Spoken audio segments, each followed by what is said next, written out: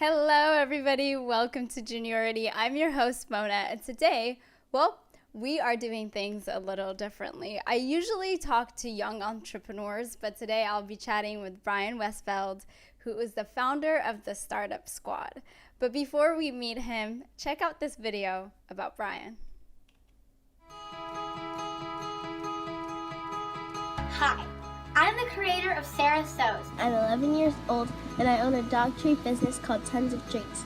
I'm the founder and CEO of Hannah Grace Beautiful. Hi, I'm the 11-year-old owner of Rose & Coke Candle Makers. My name is Gemma and I'm the creator of Scissor Fashion. I'm the CEO and creator of Zolly Pops. I'm Brian Weisfeld, the founder and chief squad officer of the Startup Squad. I've got two daughters. At the time, they were 8 and 6.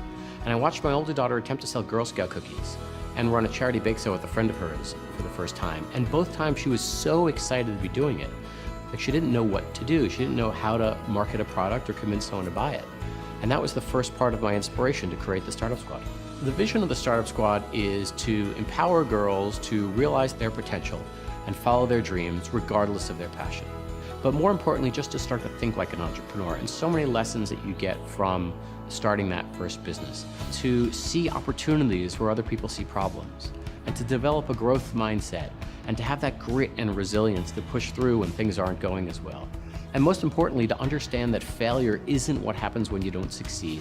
Failure is what happens if you don't try in those first place. The way we're doing that at first is through the Startup Squad book series that Macmillan is publishing. We've got a fantastic set of characters and a really fun, engaging book that girls will enjoy reading and that will hopefully inspire them to want to open up their first business. Hi, Brian. How are you? Hello, Mona. So nice to be a part of it and see you face to face. Yeah, so great to finally connect. We've been chatting for a while, so this is really awesome. Thank you for being here. Yeah, I love everything that you do and to support kid entrepreneurship, and so happy to be a part of it. Thank you. Likewise. So, Brian, tell us a little bit about yourself and what your background is prior to starting the Startup Squad. Happily, I've spent my career helping entrepreneurs scale and build their businesses. So I was part of a team in the early 1990s that bought IMAX, the giant screen movie theater company, right, and helped to turn it into the IMAX that it is today.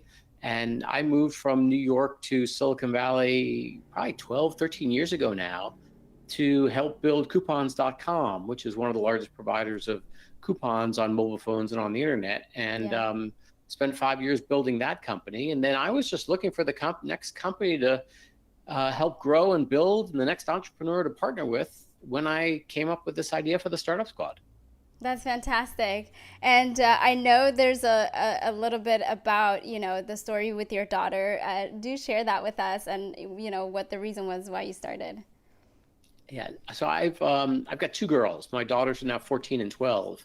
But at the time, they were 8 and 6. And I watched my older daughter try to sell Girl Scout cookies and run a charity bake sale with a lot of enthusiasm, but no real idea about how to actually market and sell a product.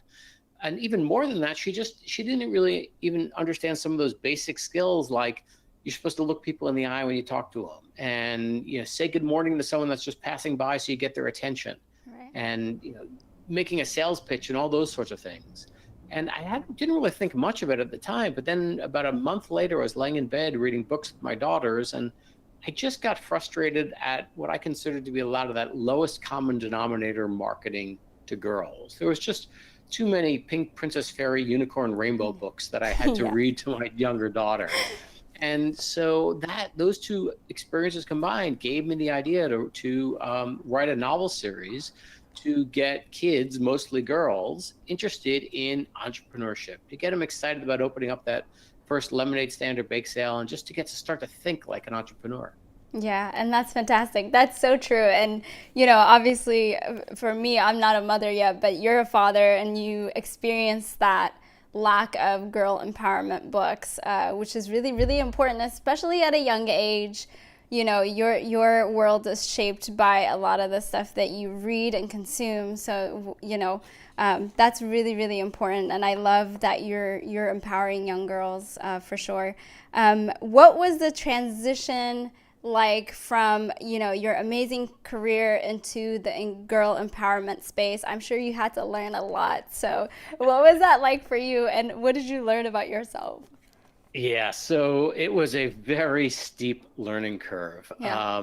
because I'm not an author. I'm not a writer. I never really learned to write. I mean, I've written business things. I've written press releases and conference call speeches and business plans, but I don't know how to write for kids. And while I didn't think I'd be the person to actually write the books at the end of the day, I knew I had to sort of write the first draft and create that original manuscript to be able to test it with kids and see what they thought, and also to convince a publisher to be interested. And so, forgive me for going off camera for a No, no, second, no, but I that's got fine. which is so how did I make the transition? Well, here's one of the first things I did is I went out and I bought writing children's books for dummies. Yep. And this was this is how I started learning about the publishing industry. But it took me from the moment I had the idea until the first book came out was 5 years, and it was unquestionably the hardest and most humbling journey I ever took in my entire life. There were a ton of failures and a ton of rejection and a very steep learning curve. And I actually, if anyone's interested, I did a TEDx. Yeah. I did a TEDx about this experience. And so if you just search on TEDx Brian Weisfeld, you can find it. And I tell some of the more entertaining stories Yeah. about rejections and failures. But it was really difficult. And I think, what did I learn about myself? And I continue to learn is I love a steep learning curve. If I'm exploring something new or working on something new, that's what gets me excited. And this whole process has been learning things that I didn't otherwise know. And the other thing is I knew that this would be rewarding to inspire kids and girls through entrepreneurship, but I guess I didn't realize how much it would impact me. And every time I hear a story about a girl or a boy who read the books and decided to start their own business, it's so motivating, and it wants me to keep going and get the Startup Squad into the hands of even more kids. That's fantastic. I love that. And I love the story in the TEDx talk where you said you learned where to put a comma, and I was just like, oh my gosh, that's just so brilliant from a little girl. Stuff that I had no idea that, and then that one I learned from a 10-year-old girl or an 11-year-old girl at the time was teaching me grammar, because what do I know? But that's so important, is to be comfortable with what you don't know, and to be willing to accept help and guidance and tips and feedback from wherever you can get it. Oh, absolutely. And also, being open to learning from young people is so important. As adults, we usually take the teaching position. But I think it's really, really important to just be open-minded what you can learn from young people as well. So that's really cool. What are the major lessons you hope girls can take away, or the characteristics you hope young girls can develop by reading your book? And what do you hope to leave with them? The hope is that girls can start to think like an entrepreneur. My goal here is not that every girl should grow up to become an entrepreneur, but that I think the experience of entrepreneurship, and I've just seen it with my own daughters, just running that lemonade stand or bake sale or selling jewelry or arts and crafts or whatever the business is, you learn so many life skills. Yeah. You learn how to speak to people that you don't know and develop that self-confidence and look people in the eye. And you learn how to deal with rejection and failure. And, throughout your entire life, people go through rejection and failure. But the measure of success and the key to being successful is, how do you respond to that failure?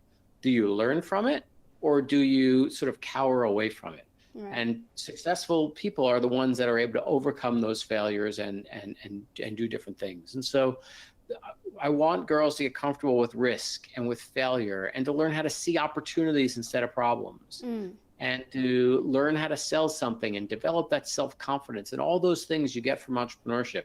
If you've got those characteristics, you're going to be more successful in life regardless of the path that you choose. Right. You're going to be a better doctor or lawyer or teacher or mom or whatever it is you choose.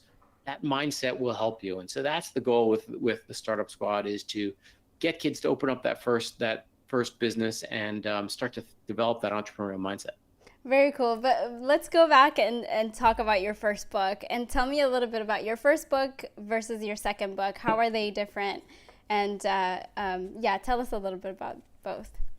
Yeah, so the books they're a novel series. So it's been described as the Babysitter's Club for the next generation. So it's the story of 4 6th grade girls who are dealing with friend issues and family issues and school issues and pet issues and all the things you would expect in books written for 7 to 14-year-old kids. But at the same time, they're also running businesses. And so in the first book, these 4 girls, their 6th grade class is going on a field trip to the local amusement park. And to raise money for this field trip, all the kids get put into teams, and each team has to start a competing lemonade stand. And so these 4 girls get put on the same team, and they're not friends. They don't even like each other. But they have to figure out how to work together and how to run this lemonade stand. And then what we do is in the back of the book, we actually include business tips that are drawn from the story, so that if you wanted to start your own business, you can learn from the characters. So we'll explain things like when the girls were making a giant sign for their lemonade stand, well, that's actually called marketing. Mm-hmm. And we'll give the readers marketing tips that they can use for their own business. And then the last part of the book is we have an interview with an actual girl entrepreneur, because what I want kids to realize is just because you're opening a business that seems like it's a small business, it doesn't have to be a small business. It can be a giant business. There's so many kids out there whose parents work for them because the businesses have gotten so big. Right. And so that's the structure of the story. And so in the second book called Face the Music, the girls, Harriet, one of the characters who's a nut, she's the lead character in the second book, and she's got 3 older brothers that are in a rock band. And to help raise money for the rock band, the girls take over merchandising for the band. They start selling T-shirts and buttons and things like that. And so that's the second book, which just came out in May. And the third book is called Party Problems, and that one we just announced the cover to that book, and that one comes out in May. And in that book, Dee Dee, one of the probably the shyest of the 3 girls, is the lead character. And she starts a business where she's a wedding planner. And actually all the girls start their own businesses, and they've got some pretty crazy businesses that they do. So we've got 4 different businesses that the girls are running in the third book. Very cool. And I love that, I actually got the first book and I started reading through it. And I love that it has a very storybook feel, and the principles are ingrained in that. And I think that's really important versus being like, how to be an entrepreneur. Like, it's not, it's intertwined in the story. And I think that's really awesome. Oops, I'm losing you. Yeah, it's not a nonfiction book. This is a fun novel series about some crazy girls that are doing fun things together, and they just happen to be running businesses. And so even for kids that have no interest in running a business, it's a fun story and a great read. Yeah, fantastic. Very cool. In the various communities, what has been the reception of your work and so far, and what are some potential markets or like institutions that you would like to see your books implemented at? A big thing that we're focused on is we want all kids to have access to this entrepreneurial mindset, not just those who can afford to pay $8 for a copy of the book. And so we do a lot of work with different charities to try to get the books into the hands of girls that might not otherwise have access to it. And so, for example, we did a big program with a charity called Girls Inc. in New York City, where we raised enough money to donate 10,000 copies of the Startup Squad to their girls, a lot of whom come from very difficult homes. And even this was before the pandemic, and I'm sure a lot of their families have been impacted. So we've worked with Girls Inc. We've worked with the Girl Scout Troop 6000, which is a troop of Girl Scouts made up of girls who live in a homeless shelter in New York City. We also do a lot of programs with the Girl Scouts in general. I've worked with hundreds of Girl Scouts because the lessons in the book and the things that you can learn from the Startup Squad directly relate to the same things you need to know how to sell Girl Scout cookies. And so I've worked with a lot of Girl Scouts where the Girl Scouts will read the Startup Squad before cookie season and then apply the lessons in the book to doing a better job of selling cookies and getting more excited about selling cookies. And so I also speak to a lot of school groups across the country. And so I'm just always looking to work with, especially new charities and new partners that we can help to get the book into the hands of as many girls as possible. That's amazing. What about, how do you feel in terms of like schools? Do you think there is enough entrepreneurial material or any resources within the school system that supports young girls? So it turns out that I think 42 of the 50 states require some entrepreneurship education in schools. Okay. And so the Startup Squad actually is a great way to incorporate entrepreneurship into a classroom, as well as incorporating literacy and those sorts of things. And we've got a teacher's guide that goes along with the book that gives all the Common Core alignment for the teachers that are out there that might need that. But I think there should be more about entrepreneurship. And what's interesting is the first book in the series, as I said, the girls are running a lemonade stand as part of a class project. It's a great way, while lemonade stands in the middle of a pandemic are not the best thing. Right. But having the kids run a business and start a business is a great way to raise money for your school, or raise money for a field trip, or to raise money for a local charity. And there's also a lot of different ways to work entrepreneurship in. So there's a group called the Consortium for Entrepreneurship Education that I've worked with. They go by the name of EntreEd. And I went to one of their conferences, and I met a woman who teaches, I guess, what we used to call home ec as a kid, and now I think it's called life sciences. Maybe, I'm not sure I can't remember what the current name is. But essentially, what she did was she brought entrepreneurship into her home ec class. So, like when the kids are learning how to make a product or bake cookies, whatever it is, they then set up a little shop where they sold the stuff that they made. And so that's the thing, is you can work entrepreneurship into almost any class. And I think it's really important to do that because, as I said, there's just so many life skills you get from running a business. Yeah, that's fantastic. I'm curious, are your daughters entrepreneurial at all? So my girls are both use entrepreneurship in different ways. My older daughter is very passionate about the environment and climate change. And so she was the president of, or the co-head of her middle school's climate awareness club. And so she used entrepreneurship to raise money for the club. As a matter of fact, she wanted to get into our local, our town has like an art and wine festival, and she wanted to have a booth there to sort of just raise awareness of climate change. And so to raise money for the booth, she actually had a lemonade stand at the book launch for our first book. Very cool. So that was how she did it. And my younger daughter, before the pandemic, easily once a month had a lemonade stand or a bake sale going on in our driveway. And she also had a calligraphy business that she was doing with a friend of hers. And so we're always encouraging that. And I've just seen it, especially with my older daughter, who's been doing this now for 5 or 6 years, how much entrepreneurship has changed her personality, has given her the self-confidence, and made her more comfortable in talking to strangers and asking for things that she wants and those sorts of things. That's brilliant. That's really awesome. And I'm sure it's cool to see it in your daughters as well.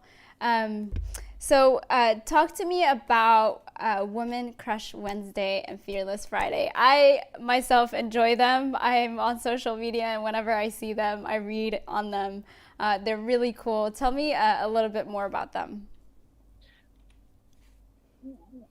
As we said before, part of this is giving girls role models and making them see that there are women out there that are doing these amazing things. And so on our Instagram channel, we're primary focus is raising awareness of these girlpreneurs and also giving them, sharing our platform with them, but also just to bring awareness to some of these women that are doing amazing things. And so, on Wednesdays and Fridays, we're always doing shout outs to amazing female role models. And then on Saturdays, actually, we usually are featuring a girlpreneur and one of her businesses. And so those are really the things that we're always trying to do is how can we use our platform to help raise awareness of other girlpreneurs and to give them role models and examples that they can look up to. That's really fantastic. Obviously, having a figure representing your environment is really important, and seeing that in a successful woman. So really amazing. Tell us where we can find you and, plug in your social media for us. Yeah, so our website is thestartupsquad.com. There we have videos of, I think we've got about 70 different girls, all between the ages of 7 and 16, who run their own businesses. So we've got a lot of examples of great entrepreneurs. We've got links to all the books there. We've got links to activity guides and teachers' kits and other Girl Scout cookie selling tips. As well as some reviews and handouts for other books that have an entrepreneurial theme in addition to the Startup Squad. So that's thestartupsquad.com, and our social media handle is at the Startup Squad. And you can on virtually every major social media platform. And we're always trying to do different events and raise awareness of girls. So, for example, we've got a partnership going on right now with a group called Career Girls, where we are doing webinars with 2 different generations of female entrepreneurs. So every Wednesday for the next 4 Wednesdays, we are moderating a chat with career girls of a woman and a girl in the same industry. So last week we had a graphic designer and a girl who's doing graphic design. Tomorrow we have a woman who runs her own candle company and a girlpreneur who runs a candle company.